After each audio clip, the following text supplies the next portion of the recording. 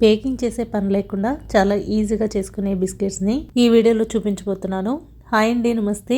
ఈ బిస్కెట్స్ని టెకువా అంటారు, కొన్ని ప్రాంతాల్లో ఖజూర్ అని పిలుస్తారు. ఇది బీహార్ ట్రెడిషనల్ రెసిపీలో ఒకటి. మరి ఆలస్యం చేయకుండా ఎలా తయారు చేయాలో చూసేద్దామా?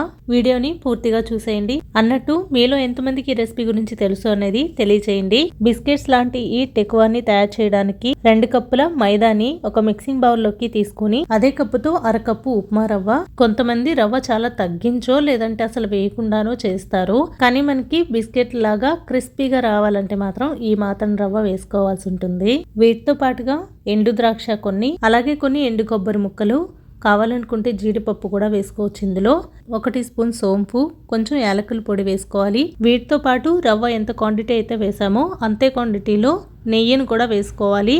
ఇవి చేయడానికి మాత్రం ఖచ్చితంగా నెయ్యి వేసుకోవాల్సి ఉంటుంది. ఇప్పుడు ఇందులో తీపి కోసం ఏ కప్పుతో మైదా తీసుకున్నామో అదే కప్పుతో అరకప్పు కంటే కొంచెం ఎక్కువ పంచదార తీసుకొని పంచదార మునిగేంత వరకు నీళ్ళని వేసుకొని కొంచెం సేపు దాన్ని ఇలా కలిపి పెడితే పంచదార కొంచెం కరిగిపోతుంది. తర్వాత మనం ఏదైతే మైదా పిండి మిశ్రమాన్ని పక్కనుంచామో దాన్ని ఈ విధంగా మొత్తం అన్నీ కూడా మిక్స్ అయ్యే విధంగా ఇలా చేత్తో బాగా కలుపుకోవాలి. ఇలా కలిపిన తర్వాత పంచదార నీళ్ళని కొంచెం కొంచెం వేసుకుంటూ ఒక ముద్దలాగా చేసుకోవాలి. పంచదారలో వేసుకున్న నీళ్ళే ఈ పిండిని కలపడానికి సరిపోతాయి. ఒకవేళ అవసరం అనిపిస్తే మాత్రమే తర్వాత కొంచెం కలుపుకోండి. ఈ ముద్ద కన్సిస్టెన్సీ కూడా ఈ వీడియోలో చూపిస్తున్న విధంగానే ఉండాలి. ఇదంతా మా వల్ల కాదు అనుకుంటే నేరుగా పంచదార పొడిని 1/2 కప్పు వేసేసుకొని మామూలు నీళ్ళని కలుపుకుంటూ ఒక ముద్దలాగా తయారు చేసుకోండి. చక్కెర పూర్తిగా కరగలేదు కదా, ఇలా అయినా వేసుకోవచ్చు, పంచదారని పూర్తిగా కరిగించైనా వేసుకోవచ్చు. మా పక్కన ఒక ఆవిడ ఉండేవారు, ఆవిడ నాకు చాలా మంచి స్నేహితురాలు. ఆవిడే ఇలా చేయడం నేర్పించారు. బహుశా వాళ్ళ ఇంట్లో ఇలాగే చేసుకుంటారు అనుకుంటా. చెప్పాను కదండి, దీన్ని ఒక్కొక్కరు ఒక్కొక్కలాగా చేసుకుంటారు. ఈ రెసిపీ నేర్చుకొని కూడా 10 సంవత్సరాల పైన అవుతుంది. ఇదే రెసిపీని పూర్తిగా హెల్తీ వేలో కూడా మనం చేసుకోవచ్చు, గోధుమ పిండి బెల్లంతో. అలాగే ఈ రెసిపీ వచ్చేసి నూనెలో డీప్ ఫ్రై చేసి చేస్తారు. మనం వీటిని బేక్ చేసుకొని కూడా చేసుకోవచ్చు. అలాగే మైదా బదులుగా గోధుమ పిండి, చక్కెర బదులుగా బెల్లం వేసుకొని కూడా వీటిని తయారు చేయొచ్చు. ఆ వీడియోని నేను మళ్ళీ ఎప్పుడైనా అప్లోడ్ చేస్తాను, తప్పకుండా మీకు యూజ్ అవుతుంది. చూసారు కదా, పిండి ముద్ద ఇలా గట్టిగా ఉండాలి, అప్పుడే మనం చేసుకునే ఈ రెసిపీ చాలా బాగా వస్తుంది.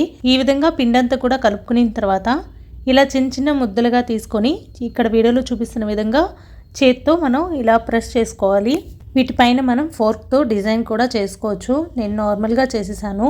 వీటిని తయారు చేసుకోవడానికి మనకి ఆ షేప్ రావడానికి మౌల్డ్స్ కూడా దొరుకుతాయి. ప్రస్తుతానికి అవి నా దగ్గర లేవు, అందుకే ఇలాగే చూపిస్తున్నాను. నార్మల్గా నేను ఎప్పుడు చేసినా ఇంట్లో ఇలాగే చేస్తాను. ఒకసారి ఏమో వీడియో కోసమని మా ఓనర్ వాళ్ళని అడిగి మౌల్డ్ తెప్పించి మరి నేను షేప్ చేసి వాటిని మీకు చూపించాను. ఆ వీడియోని అప్లోడ్ చేసి కూడా 2 సంవత్సరాల పైన అవుతుంది. ఆ వీడియో నాకు కనిపించిందంటే డిస్క్రిప్షన్ బాక్స్లో పెడతాను, చూడాలనుకున్న వాళ్ళు చూడండి.